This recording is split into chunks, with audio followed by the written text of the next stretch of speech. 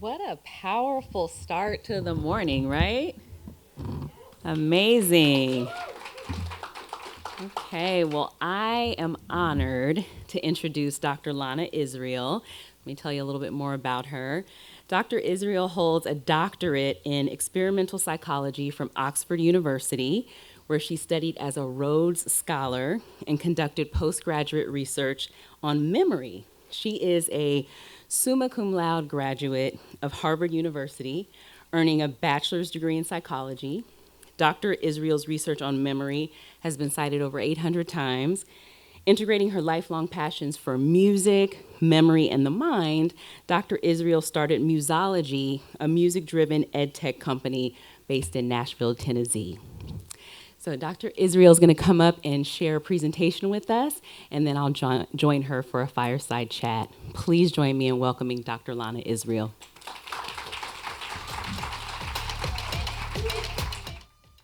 Hello? Okay, great, it's on. A huge thank you to the World Women Foundation, to Rupa Dash, where's Rupa? And Regina, thank you so much for the introduction, and I'm looking forward to our chat. So with your introduction, I'm gonna start with a question for you all about memory. Please raise your, thank you for the, memory supporters out there. Please raise your hand if you think you have a good memory. Please raise your hand. Okay. All right. Let's see, about 40, keep them up, okay, 40% of us? Okay. Now, raise your hand if you think you can remember 20 nonsense syllables, just kind of random sounds. Raise your hand if you think you could remember 20 nonsense syllables in perfect order. And I might call on you, but you know. Okay, one person, anybody else? One person, okay. Well, you will all be shocked to know that you have already successfully done that. But in fact, you've remembered 26 nonsense syllables, not 20, 26, and in perfect order. And you did it when you were a child. A, B, C, D, E, F, G. So the alphabet is actually a really complex cognitive task in which the learner is asked to memorize 26 nonsense syllables in perfect order. And we could all do that as children because the information was put to music. And if I ask you right now, what comes first, P or Q? Most of you are going, elemental P, to answer that question. So music is this unbelievably powerful medium, especially when it comes to learning. And as babies and toddlers, music entertained us, and it soothed us, and it had us thinking about itsy bitsy spiders and twinkling stars, and we learned the sounds that animals made on old MacDonald's farm. Yet as adults, we can barely remember all our passwords, but we still know all the words to songs like Sweet Caroline. You know what next comes up? But, thank you. We still know the words to songs we haven't heard for decades. So music excites the brain. It makes us sponges for information. Yet, despite its effectiveness as a learning tool, music slowly disappears from education by early elementary school. And it's not that our passion for music goes away. It's not that music's efficacy disappears. But bye-bye, Miss American Pie, the music dies. So we assembled a team, a rock star team, of Grammy Award-winning and Grammy-nominated hit songwriters, music producers, learning scientists, subject matter experts to create really engaging music videos that teach entire subjects. And when we looked at the K-12 landscape, what leaped off the page as one of the most acute pain points was math, specifically middle school math, or pre-algebra, right? The joke is that's when math involves letters as well as numbers. So the US Department of Education explains that algebra is a gateway to future success. It's correlated to career readiness, college readiness. It affects life outcomes. And the fundamental language of all STEM subjects is math, and specifically algebra and pre-algebraic skills. And so proficiency in math is essential for success in any science, technology, engineering, math career, which is the future. And so students who are proficient in math have a lot of opportunity compared to students who are not. So historically, there are two groups of students who, when you get to late elementary school and middle school, there are two groups of students who start to underperform significantly relative to their counterparts. And those are minority students and girls. And that has nothing to do with innate ability, but it does impact opportunity. So I had a conversation with a dean of a historically black college in Nashville, Tennessee. And she told me this story of how she was heartbroken when she had to tell a first-year student whose dream was to become a medical doctor. She had to tell this young woman that she couldn't pursue this pre-med path because she couldn't pass college entry-level math. And so if we are looking for equitable representation in STEM careers, we have to do something about this disparity in math learning, and we have to do it now. Enter the universal language of music, which is inclusive, engaging. You meet learners where they are. It resonates with all learners, and it lands with them. And so what we found at Musology is through using the power of music to teach math, we're taking students who never experienced success at math before to incredible levels of achievement. So let's talk about the neuroscience of music for a minute, because it's very relevant to this conversation. Music directly activates brain regions that are critical for sustained and successful learning: memory, attention, motivation, and emotion.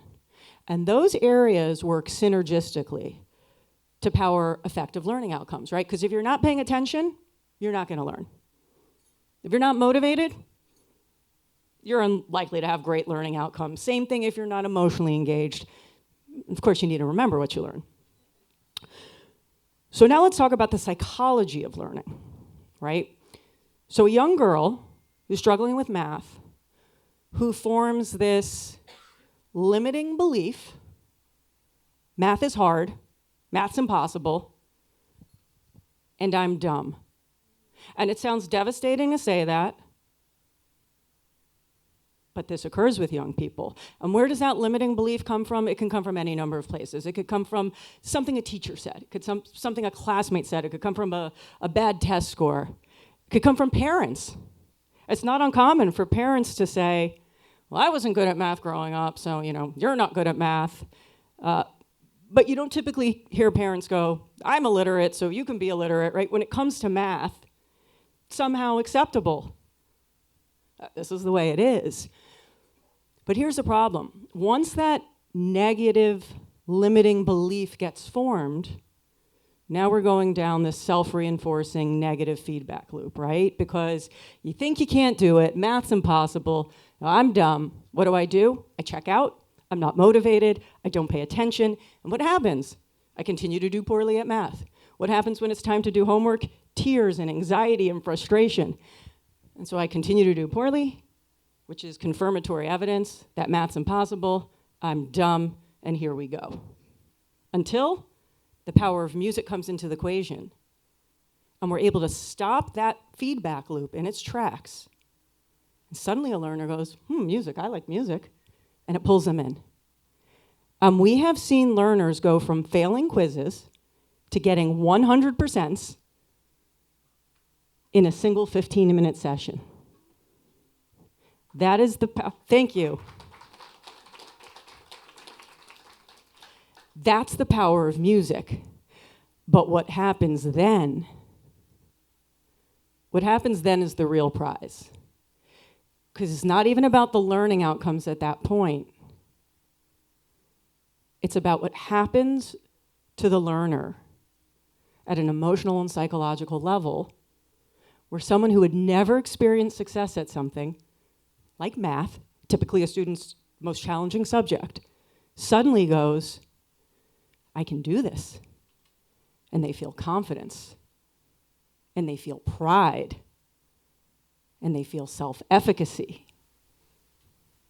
And when that happens, anything is possible for that learner and that student and that young girl. So I'd like to close with a video whereby you can see some of these amazing girls talking about their music and math and musology experience. And at the very end, we've included a clip from our recently released theme song, Learning's Not a Mystery. So, thank you. It was like a more productive way of listening to music. I've always thought as math was a really boring subject. It's made math fun. Oh, oh, you can compare fractions on a number line. Let's take one sub sandwich and lay it flat. One end at 0, the other end at 1, just like that. Let's add another sandwich. What would you do? We can place this on the number line between 1 and 2. Let's take one more sandwich. Where would it be? We can place this on the number line between 2 and 3. You can keep adding sandwiches. Let's do one more. We can place this on the number line between 3 and 4. Now let's use fractions. Turning something into halves is no riddle. You simply cut each whole right down the middle. When we write fractions on the number line, it's clear to see that fractions are exactly what we say. Hey, follow me. 1/2 is 1 copy of 1/2, and 2 halves is 2 copies of 1/2, and 3 halves is 3 copies of 1/2. Let's jump to 8. 8 halves is 8 copies of 1/2. Easier than worksheet because worksheets are just like you have to do it in pencil and like it gets kind of boring and it hurts your handout and stuff like that. X-axis and Y-axis make 4 quadrants, and in this you plot coordinates to find out where a point is. Using an order pair. The song will always get stuck in my head, and then I'll start like singing it at home. Check your calculations. Do you feel like things are more fun in your class since you've been using musology? Yeah, it's very fun. It's helping you remembering the thing, but without like doing the worksheet. Everyone gets up and out of their chairs and start dancing. You're still learning and you're having fun at the same time. Musology hyped me up and helped me actually like to start liking math. Before we found musology, I actually had like a C or a D. Because of musology, I had like a B or an A. I was close to failing math. I was like, oh my gosh, this is really good at my grade. And then it went up to like a 98 point something. And it made me like math more.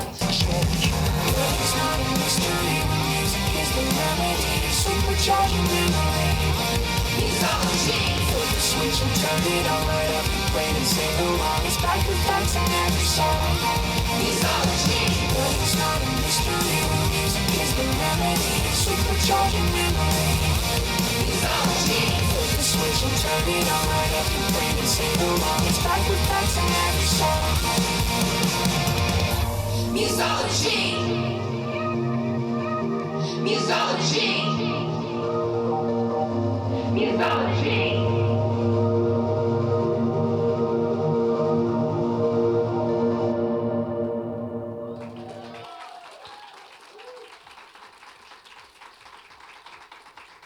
Thank you. That was incredible, right?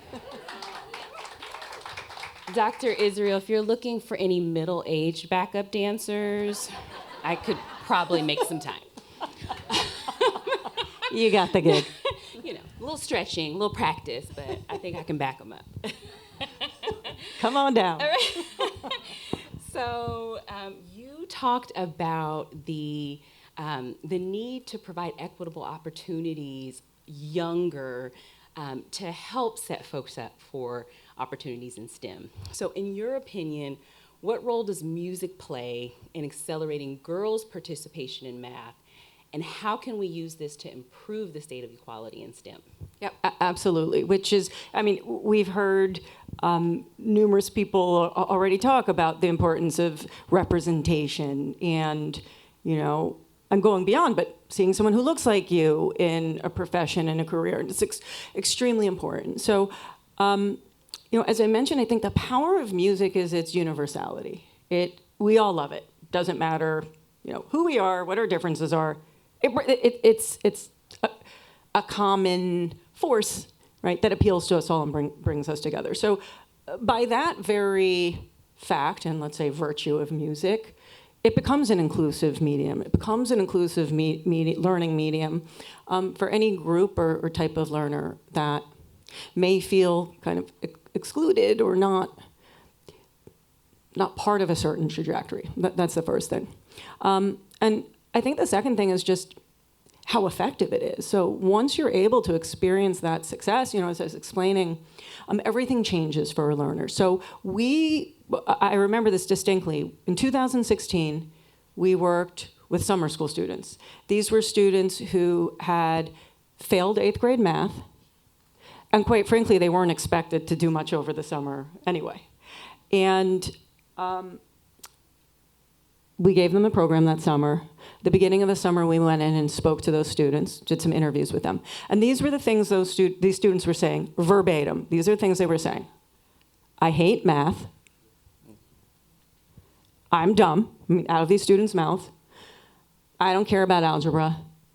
And I don't want to go to college. Okay, so that's where we started. 4 weeks later, after their experience of music-based learning, 4 weeks later, this is what these kids were saying. I love math. It's now my favorite subject. I can't wait to take algebra. I want to go to college and become an electrical engineer. And my favorite musology quote of all time, I love that quote, by the way. Your quote was, wow. But my favorite musology quote of all time was a student who then said, musology has not just given me confidence in my ability to do math, it's given me confidence in my ability to do anything. Wow. Wow. And may I add one thing? It's like, we're not doing that. The learner's doing it, right? We're a tool. All we're doing is showing them what they're capable of. All we're doing is unearthing potential and ability and capacity that is within all these students that, for whatever reason, they're not tapping into, or they don't know exists, or they don't know how to access it. So, I think of us like a personal trainer. Like, when you work out with a personal trainer and you get results, your trainer didn't do that, you did that, right? You did that. The credit is yours. They just help facilitate it. And it's the same thing. We're helping facilitate something in these students, but I think the byproduct of that experience, which is this, again, newfound confidence and pride and sense of self-efficacy, that's the real gold here. Yeah, and you all are making it fun. So Learning right? should be fun. Learning was fun when we were kids. We loved to learn when we were kids. We had a million questions. We're inquisitive. Learning was this wonderful thing until suddenly, sit in straight rows, raise your hand, don't talk until, you're called on, do stuff that seems meaningless and boring to you and challenging. Human beings are designed to learn. There's a quote by Edward Deming along the lines of, learning isn't mandatory, but then again, neither is survival, right? Like we have to learn to survive. That's how we function as humans. So it should be fun. Absolutely. It's clear that you're passionate about music. What was your earliest experience of music, and how has that shaped your life and career journey? So I think my mother will tell you, and she should be watching. Hi, Mom. In Miami, not here, but hi, Mom. I think she'll tell you that I was like singing before I was talking and at an extremely young age. And my mother was, and I guess still is, a piano prodigy. So she grew up in South Africa. I was born in South Africa. My mom was featured on the radio playing classical piano at 9 years old. So I grew up in a household surrounded by music, but my mom's not into pop music. And the way I can prove that all to you is when I moved to Nashville and told my mom that I just moved into this building and Taylor Swift lives in the building, my mom said to me, "Who's he?" But my dad was into pop music. So I grew up in this household surrounded by all types of music. I used to cut things out of, do you remember the TV Guide? I used to make my own Billboard charts, cutting things out of the TV Guide. Now I've dated myself as well, but that's okay.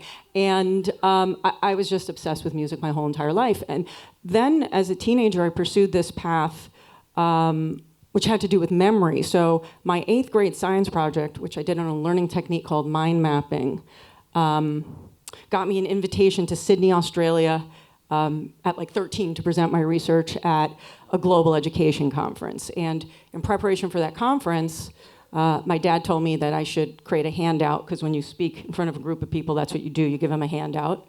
And I'm like, that's boring. I'm going to write a little book. I wrote a little book called Brain Power for Kids. And I also knew that the presentation would be attended by adults, and I was trying to reach kids. And I wound up being all over national media in Australia, and within 2 weeks I had a book publishing deal. And needless to say, that kind of set me down a path as a teenager of working very deeply in the applied aspects of learning and memory, and that's what I did my undergraduate and doctoral work in. But I always had this passion for music, and I wound up in my mid-20s leaving academia, moving to Manhattan, and going into the music business. Like you used to do in the good old days, you start out in the mailroom as the assistant to a music producer. And my dad called me every week asking if I had lost my insert expletive mind. But that's actually what led me down this path and to here. Wow, I love how it all wove together and brought you back to music, your love. Finally. Full yes, circle. at some points you're going. Hey, there's got to be a little mystery in the journey. Through your company, Musology, you've been able to demonstrate the benefits of music for helping children learn. And we just saw, that video was awesome. What's the next frontier for you? Great question. So we view music as a learning technology. And we started with math because it is such an acute pain point. It's so essential for all STEM learning and success. And so for us, the work we're doing in math helps instantiate music as a credible pedagogical tool. It's not just a pedagogical tool, it's a very powerful tool for learners of any age. So what's next for us is starting to find other areas and sectors and applications of music as a learning technology. Oh, I love, that's really exciting. Good stuff. Maybe you can do it for corporate too, to make meetings less boring. Absolutely, you got it. Just an idea. You got it. Just throwing it out there. Lastly, boring meetings. Right, I know. Lastly, we are celebrating women who #break the role to lead the new wave of change. What does this mean to you? It's very similar to what the previous amazing women and speakers have shared. I think it's a very similar theme. It's this notion of being bold, taking risks. Sometimes it's very scary, venturing out into the unknown, and having enough confidence and faith, not only in yourself and the vision, to do it. So, from my own experience, I remember the idea for Musology was something I had for decades, for a while. I finally got to a point where two things occurred to me. It was like, I don't have the idea has me. That's how I felt. And the second thing was, if I don't stop talking about it, do it now, I'm never going to do it. And so I think part of it is just doing it. The other thing I might add was when I was, I believe, about 15 years old, I received an award from, it was like the Women's Business Organization in South Florida. I grew up in Miami. And it was called the Glass Ceiling Award. And I went and got this award because, they gave it to me, so I went and got it. But I was there, and I'm like, but what's a glass ceiling? And I 100% serious. I'm like, what's a glass ceiling? And I'm 15 years old. And, throughout the course of that event, I learned what a glass ceiling was.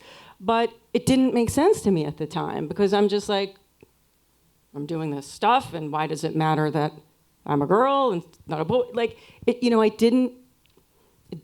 You hadn't encountered the glass ceiling yet. I hadn't encountered glass ceiling yet. And so I think to your question, as we continue to see women taking these risks and being bold and, stepping out there, maybe one day what I thought as a 15-year-old becomes our shared reality. I love that. Wow. Well, Dr. Isreal, thank you so much. It's been an honor to hear more about your story, learn about musology. Thank you for gracing us with your presence and with this beautiful jacket, I might add. Ooh. Okay? Serving a look up here.